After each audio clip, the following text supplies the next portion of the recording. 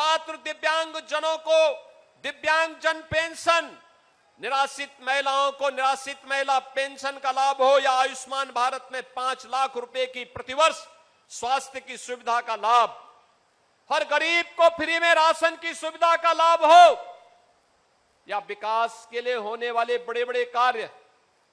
कोई सोचता था गोंडा में मेडिकल कॉलेज बनेगा? मेडिकल कॉलेज गोंडा के लिए एक सपना था, सपना आज साकार हुआ है। गोंडा के पास अपना मेडिकल कॉलेज है। कोई सोचता था गोंडा में इंजीनियरिंग कॉलेज होगा? आज गोंडा के पास अपना इंजीनियरिंग कॉलेज है, एग्रीकल्चर कॉलेज है, कंपोजिट विद्यालय का निर्माण हो रहा है, हॉस्पिटल्स के निर्माण हो रहे हैं, और जहां जहां पे आपके द्वारा चुने गए सांसद और विधायकों ने प्रस्ताव भेजा कि हमें पुल चाहिए, पुलिया चाहिए, सड़क चाहिए, मंदिर का सुंदरीकरण का कार्य चाहिए, आवागमन के लिए 4 लेन, 6 लेन, 2 लेन की सड़क चाहिए, हमने सब एक साथ स्वीकृत करके कहा कि आप लेके जाइए, विकास कराइए, जनता जनार्दन को सुविधा होनी चाहिए। बहनों और भाइयों, ये तब संभव हो पा रहा है, ये विकास के कार्य हो, एक गरीब कल्याणकारी कार्य हो, विरासत से जुड़े हुए ये कार्य हो, नौजवानों के लिए नौकरी हो, निवेश के माध्यम से रोजगार हो, ये तब संभव हो पा रहा है जब आपने कमल का बटन दबाया, और कलम के बटन के बाद जब मां लक्ष्मी का आशीर्वाद प्राप्त हुआ तो धन की वर्षा यूपी पे हो रही है, और वो पैसा आपके जनपद के लिए जा रहा है, आपके गांव के लिए जा रहा है। अच्छी सरकार चुनोगे, अच्छे परिणाम आएंगे। अच्छे लोगों को चुन करके भेजोगे, अच्छे परिणाम आएंगे। गलत लोगों को चुनोगे तो उसका खामियाजा से भी कोई वंचित नहीं कर पाएगा। और यही तो होता था 2017 के पहले जब गलत सरकारें आती थी, यही होता था। वो विकास केवल एक गांव तक सीमित होकर के रह गया था, एक गांव तक सब कुछ वहां। हमारे लिए हमें मेडिकल कॉलेज बनाना था, हमने ये नहीं कहा कि सेफई में बनेगा, हमने कहा गोंडा में बनेगा, हमने कहा बनेगा बहराइच में, बनेगा बलरामपुर में, बनेगा अयोध्या में, बनेगा बस्ती में। इन सभी जनपदों में हम लोगों ने मेडिकल कॉलेज बनवा दिए। सरकारी मेडिकल कॉलेज सिद्धार्थनगर में भी बन गया, सब जगह मेडिकल कॉलेज। अंबेडकर नगर में मेडिकल कॉलेज, सुल्तानपुर में मेडिकल कॉलेज। कौन जिला है जहां पर मेडिकल कॉलेज का निर्माण नहीं हो रहा है? बहनों और भाइयों, इंजीनियरिंग कॉलेज भी बन रहा है।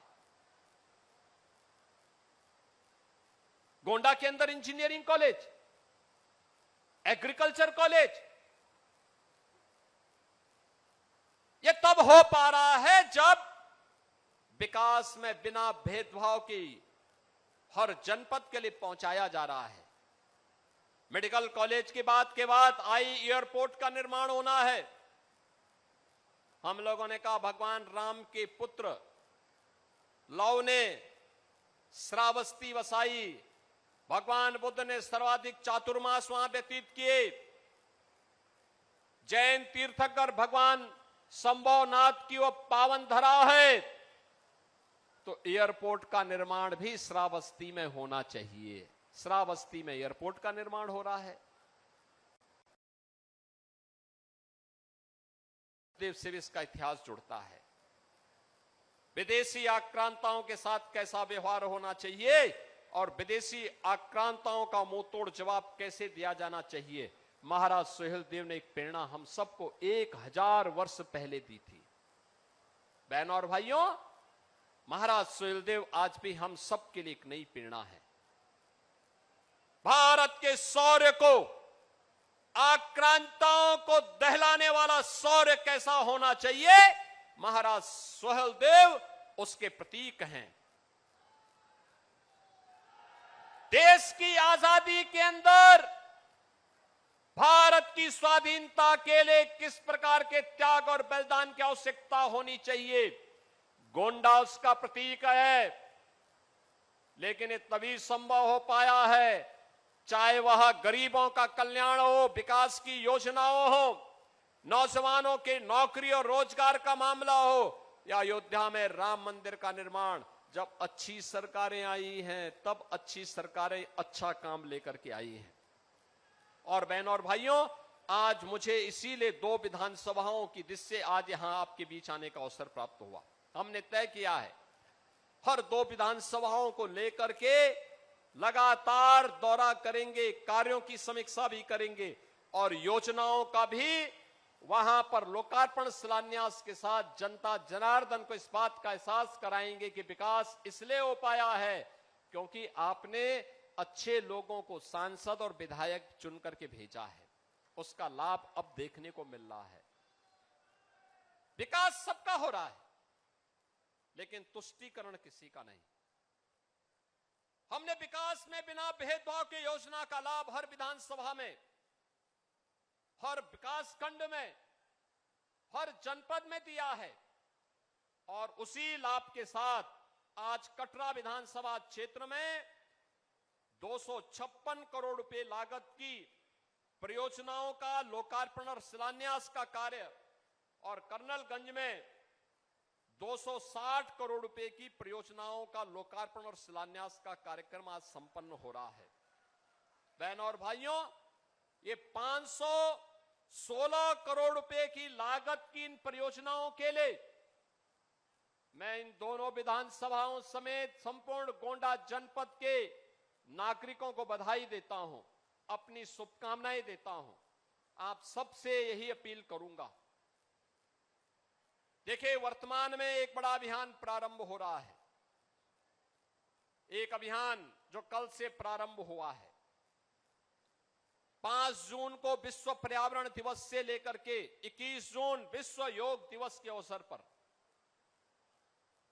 ये लगातार कार्यक्रम चलेंगे। प्रधानमंत्री मोदी जी के 12 वर्ष के सफलतम कार्यकाल को लेकर के, उन उपलब्धियों को लेकर के, डबल इंजन सरकार के योगदान को लेकर के सरकार अनेक प्रकार के कार्यक्रमों को लेकर के आ रही है। और उन कार्यक्रमों की श्रृंखला में हर विकास खंड स्तर पर एक मेला भी लगना है। यह मेला स्वास्थ्य मेला भी होगा, कृषि मेला भी होगा, रोजगार मेला भी होगा, लोन मेला भी होगा। इसके लिए आपके विधायकगण, आपके सांसद, ये सभी जनप्रतिनिधिगण मिलकर के इन कार्यक्रमों को आगे बढ़ाने का काम करेंगे। आपका दायित्व भी बनता है, आप भी इन योजनाओं के साथ जुड़े। मुझे अच्छा लगा, गोंडा में प्राकृतिक खेती का दायरा बढ़ा है।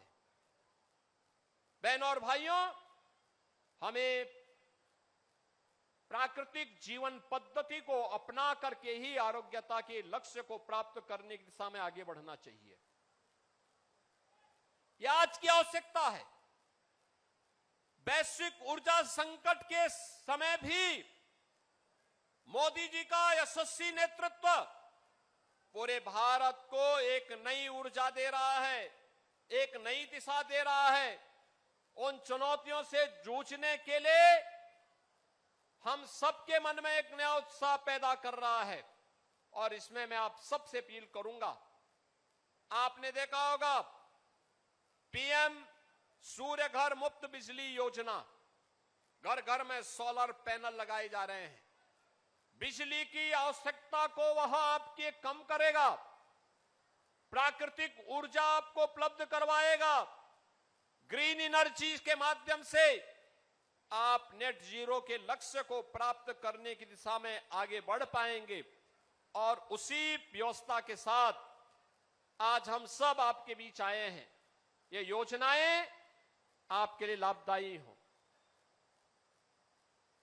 इस क्षेत्र के विकास के लिए फलदायी हो, आने वाली पीढ़ी के उज्जवल भविष्य के लिए ये योजनाएं एक नए स्वरूप में यहां को एक नई पहचान दिलाएंगे। इन दोनों विधानसभाओं के साथ साथ जनपद को नई पहचान दिलाएंगे और उसी पहचान के साथ इन जनप्रतिनिधियों के योगदान को लेकर के आपने अच्छे विधायक चुनाव जिता करके भेजे, परिणाम आपके सामने। और बहनों और भाइयों, ये प्रक्रिया हमारी निरंतर आगे बढ़नी चाहिए। आज आप सबसे मैं यही कहने के लिए आया हूं और आपसे ये कहूंगा, अच्छा काम जो करे उसके साथ खड़ा होना सीखिए।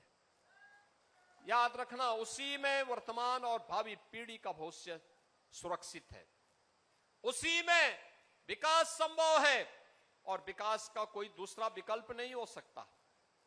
विकास का विकल्प दूसरा नहीं हो सकता है। हमें उस विकास की प्रक्रिया के साथ बिना किसी भेदभाव के हर गांव को, हर नगर को, हर कस्बे को जोड़ने का कार्य करना है। और आज ये 516 करोड़ रुपए की परियोजनाओं का लाभ इन दोनों विधानसभाओं को देने के साथ ही हमने नए प्रस्ताव भी यहां से मांगे हैं कि यहां विकास के लिए जो अन्य योजनाएं हैं, इस कार्यक्रम में हम लोगों ने मटियारी घाट में भी एक दीर्घ सेतु के निर्माण को अपनी स्वीकृति प्रदान की है। साथ साथ घाघरा नदी के तट पर बॉस्पर निर्माण के बारे में भी यहां पर बाढ़ नियंत्रण के कार्यक्रम को भी अपनी स्वीकृति दी है। मेरा मानना है कि इससे हजारों एकड़ खेती को बाढ़ से बचाने में सहायता मिलेगी। तो टेढ़ी नदी पर भी नए सेतु के निर्माण की मांग जो वर्षों से लंबित थी, उस मांग के पूरा होने का लाभ भी इस पूरे क्षेत्र को उपलब्ध होगा। रमापुर में पशु चिकित्सालय का निर्माण और राजकीय ITI कर्नलगंज में आधुनिक कार्यशाला का निर्माण नौजवानों के लिए आज के अनुरूप नए रोजगार के सृजन में यह मदद करेगा। अनेक ऐसी परियोजनाएं यहां पर आज इन क्षेत्रों के लिए स्वीकृत हुई हैं, जो इस पूरे क्षेत्र की कायाकल्प करने में मदद करेगी।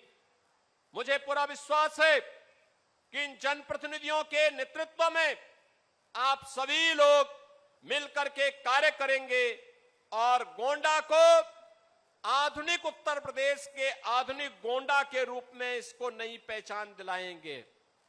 बहनों और भाइयों, जब मैं गोंडा की बात करता हूं, याद करिए 2017 में देश का सबसे गंदे शहर के रूप में किसी शहर की चर्चा हुई थी तो गोंडा की चर्चा हुई थी। और आज मैं कह सकता हूं गोंडा देश के जो स्वच्छ शहरों में से एक अपनी पहचान बना रहा है। ये होती है, गलत सरकारें चुनते हैं तो गलत कार्य होते हैं, परिणाम भी गलत आता है। अच्छी सरकार चुनते हैं, अच्छे परिणाम आते हैं। अब गोंडा गंदा नहीं है, अस्वच्छ नहीं है, अब तो गोंडा स्वच्छ भी है और विकास की गति में एक नई रफ्तार के साथ आगे बढ़ रहा है, एक नई पहचान के साथ आगे बढ़ रहा है। इस विश्वास के साथ आप सबको मैं इन योजनाओं की हृदय से बधाई देता हूं, अपनी शुभकामनाएं देता हूं, अपनी वाणी को देता हूं विराम। जय जय श्री राम, जय जय श्री राम।